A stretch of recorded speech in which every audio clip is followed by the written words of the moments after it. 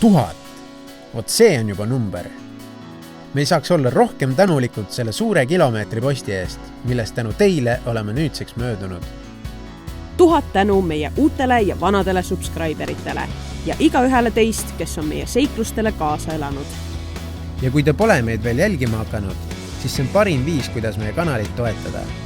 No lihtsalt vaadake, kui ilusasti see nupp seal all särama lööb, kui ma ütlen subscribe. Nägemata materjali on veel palju ja asjad lähevad ikka väga pööraseks, sest meie oleme Sandra ja Hans ning koos oma ustava karavani Molliga sõidame me ringi mööda Balkani poolsaart. Näitame, kuidas päriselt autos igapäevaelu käib ja avastame eepilisi kohti, nii et kinnita turvavöö ja ühine meiega, sest sellest tuleb üks vinge seiklus.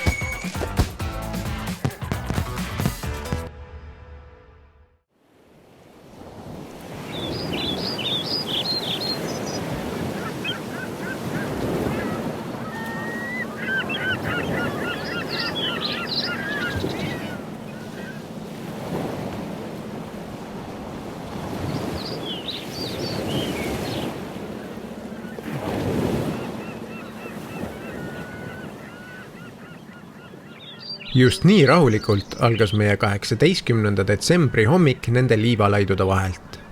Mõnusa linnulaulu ja merekohina saatel. See, mis aga juhtus 17. detsembri õhtul peale olümpialt siia jõudmist, võivad reeta need sügavad vaod rannaliival.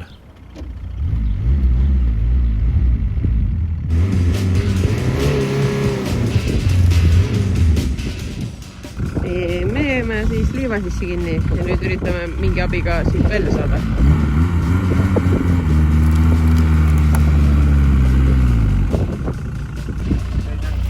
No sa sõitsid neist üle, aga sa jäid nüüd uuesti taha komissasse kinni. Siinkohal pööran tähelepanu tõsiasjale, et meie karavan on ainult 2-rattaveoline, mis aga selles situatsioonis tähendab 1-rattavedu. Kui üks ratas käib ringi, siis diferentsiaal teeb oma töö ja ei lase teisel rattal liikuda. See paneb meid eriti halba olukorda, kuna liiv on väga pehme ja üks ratas kaabib meid aina sügavamale pinnasesse.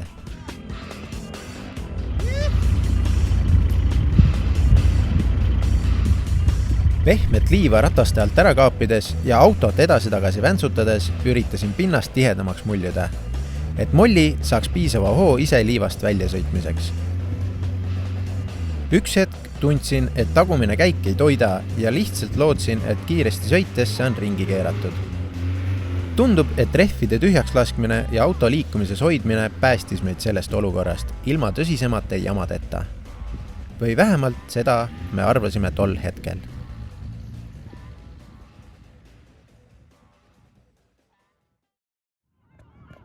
What's up? Käisin just pesus selle ämbriga. Jumala hea oli. Nagu väidetavalt õues on 13 kraadi sooja, aga mul ei hakanud mitte kordagi külm, sest päike on täiega sooja. Võiks päevitada ju? Oh, hell yeah! Ma ei tea, kui hästi see midagi peale võtab. Aga ma istun õues küll nüüd kohe, sest et mõnus on. Mina pean toes istuma, sest mina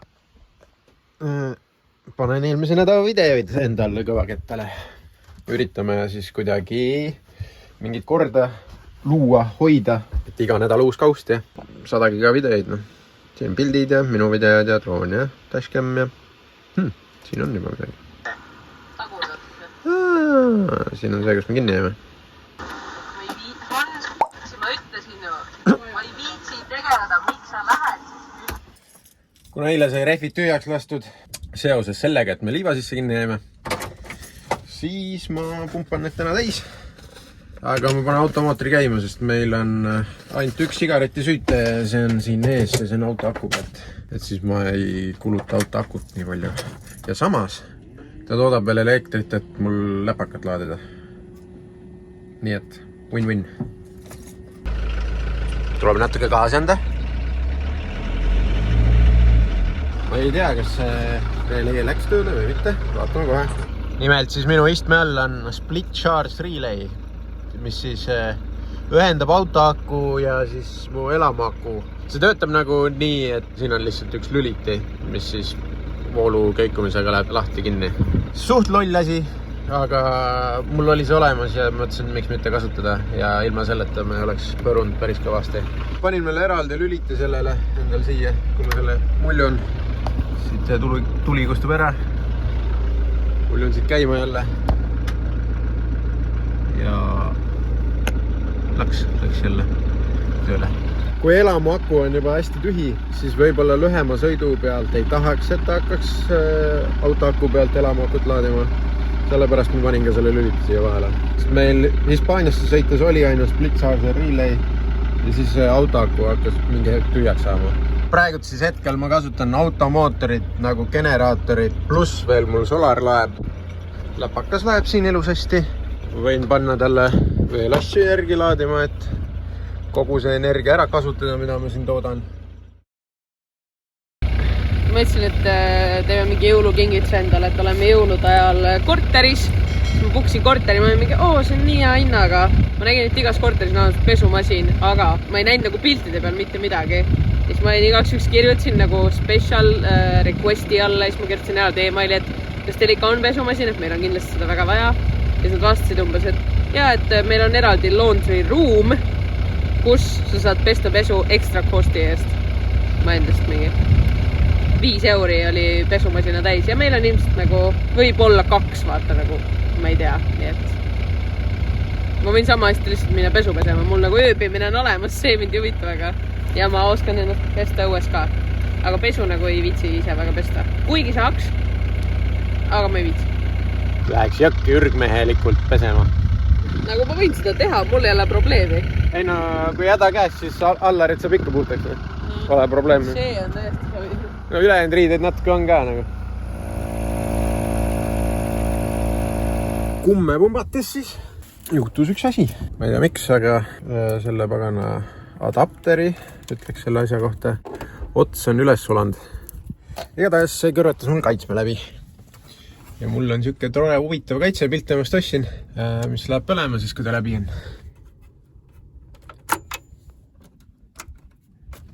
No nii.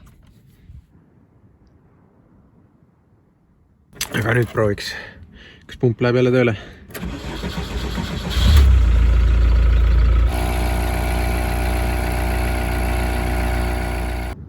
Mõtlesin, et peale seda korteri tühistamist ma siis guugeldan lihtsalt kohti, et ma tahtsin lihtsalt teada, millised nagu pesupesemiskuvad siin on või nagu, ma saan üldse nii minna, et ma ise lähen pesema või keegi peseb mul või nagu. Kõige lähim koht, mis oli 27 kilti ja seal oli siuke nagu normaalne koht, siis vaatasin, et seal on veebileht, võtsin veebilehe lahti ja veebilehel oli üli lahedad asjad kirjas. Põhimõtteliselt see koht on tehtud reisijate jaoks. Sa saad seal pesu pesta, mis on nagu põhiline asi, mida sa saad teha. Aga samas sa saad ka mingi ennast pesta, sa saad vett võtta, sa saad teiste reisijatega juttu rääkida ja kõige lahedam asi mu arust oli see, et seal on koerte varjupaik ka. Nii et ma tahaks küll kutsusi paitada. Nii et me lähme kindlasti sinna. Kõik asjad peavad juhtuma mingil põhjusel. Me poleks elu sees sinna läinud, me poleks otsinud seda kohta. Korteris pesu pesemine maksis sama palju, kui seal oli põhimõtteliselt. Ja palju me säästame nagu korteri pealt? 58 euri. Pesu eest me oleks pidanud ikka juurde maksma, nii et lihtsalt selle korteri raha kõik säästame. Mul pole seda tasuta wifit ja voodit nagu nii väga vaja. Ma olen suht kindel, et seal on ka tasuta wifi. Kell on juba 2 päeval ja ma siiamaani tegelen failide allalaadimisega. Ma olen terve päeva seda teinud. 2 minti. Siis saab ujuma minna. Lõpuks olen seda terve päev oodanud.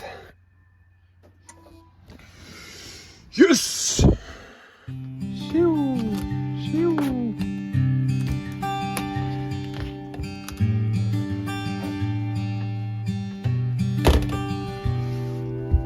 Ciao, ciao!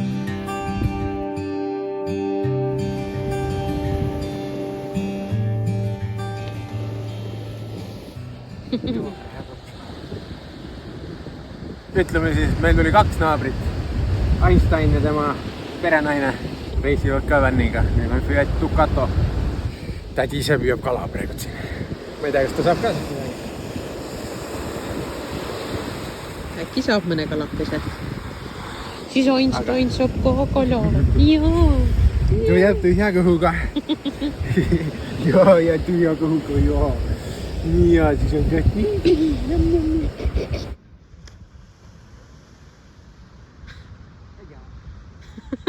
Miks sa nii tegid siis? Peab ikka vist plätusid kandma. Siuke asi oli siin maases. Nice. Siin on need puud või need mingid siuksed põõsekesed. Mingid ogalikud. Jui. Sulle ka ei meeldi, jah?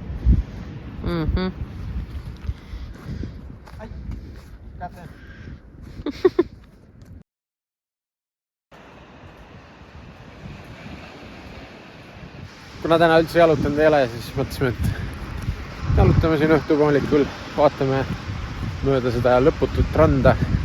Siin on igast kaste ja pudeleid hunnikutes. Vaatame, miks siin nii palju lagunenud mõju on. Vastust sellele küsimusele ei leidnud me isegi Google'ist. Võime vaid oletada, et tegu võis olla näiteks mõne randa rüüstava looduskatastroofiga, majanduslanguse ajal rahapuuduse tõttu lõpetamata projektidega või ilma ehituslubadeta arendama hakatud kinnistutega, mis siis lõpuks võimudele silma jäid.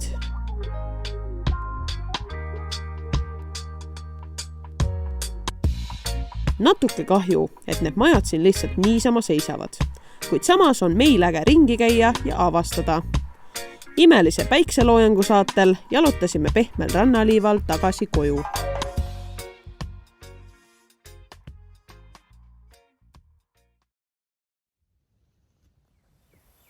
Uus päev. Selle saab kokku võtta väga lühidalt. Nägime palju kitsesid ja lambaid. Sandra nägi seda imelikku oksakujulist elukat ja mina reaktiivlennukit. Muidugi sai ka ujumas käidud. See on sitaks küll! Ahaa! Oh my god, kuidas sa oled? Korra on jah küll.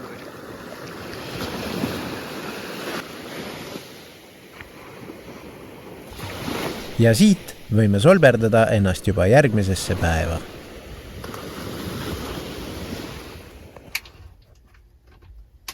See voodi ära. Ma enne vette ei ole keema panna, siis palju pihta siia. Kangi kohe tegema. 2 päeva oleme nüüd siin koha peal olnud. Toiduvarud hakkavad otsa saama, apelsinid on otsas. Vesi on otsas, riided on mustad. See tähendab, et tuleb üks asjade varundamist päev, puhastamist, koristamist, kõik see van life'i värk.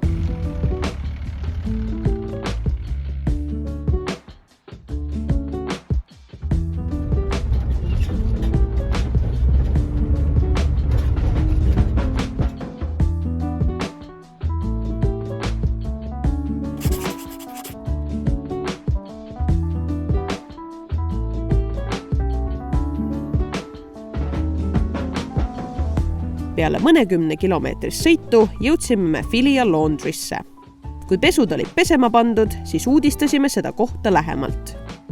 Tuleb välja, et lisaks kutsude paitamisele ja teiste reisijatega jutustamisele saab siin veel ka näiteks ööbida nende külalistubades ja süüa maitsvat vegantoitu. Väidetavalt toimub neil siin kõik annetuste alusel, kuid meid küsiti küll kõige eest üsna täpseid hindu.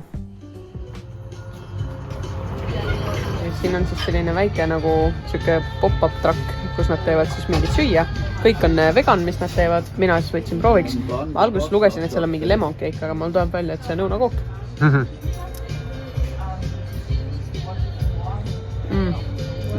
Shitaks hea kook.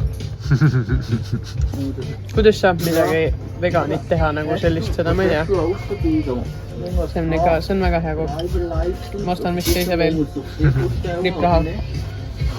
Siin pole piima, siin pole mitte midagi.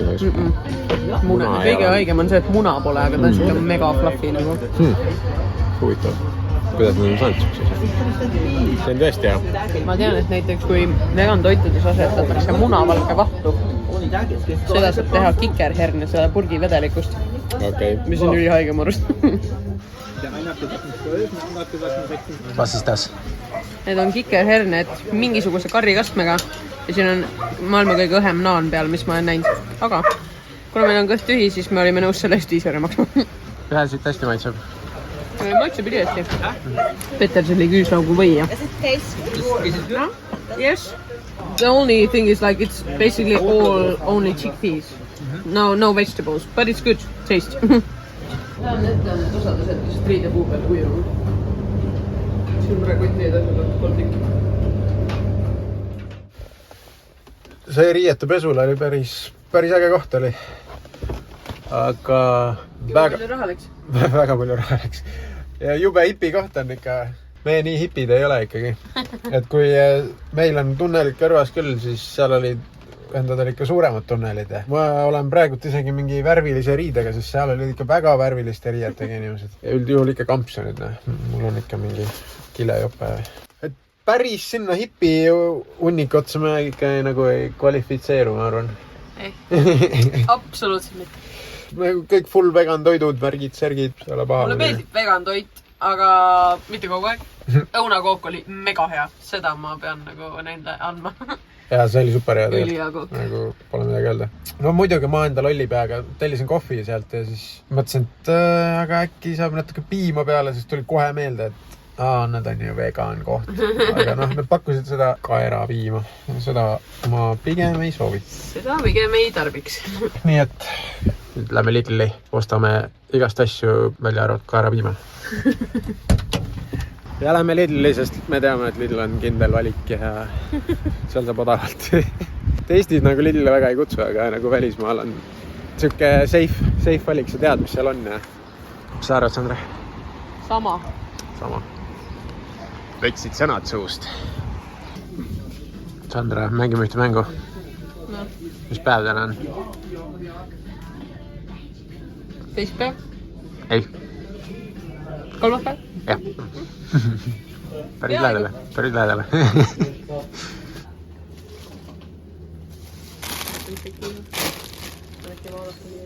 Täna päris 50 ei ole ta näinud, läks 49,98. Ma ei tea. Ei tea, kuidas me seda hakkama saame. 3 päeva toit on meil nüüd põhimõtteliselt. Ja, aga siin on nagu osad on 3 päeva toit, siis osad kestavad kauem, on ja siis nagu... Ma ei tea, noh. Me sööme liiga palju, me peame näljutama hakkama. Perset müüma hakkama. Ma ei tea, kas just seda saad rüve. Mis siis ikkagi juhtus meie riietega? No, esimene masinatäispesu, mis oli Dryeris, see oli väga hea. Kuivand. Siis teine ma olin alguses seal mingi, see on suht nagu norm, pain kotti. Ja siis käin välja võtma pärast, kuule, seda kõik niiskad, nagu enamik olid niiskad. Ma olin siis mingi, mida? Miks? Võib-olla mitte enamik, nagu 1/3 äkki. Ja õnneks meil on praegu see pulk seal, kuhu peal ma sain riputada need kõik kuivama normaalselt.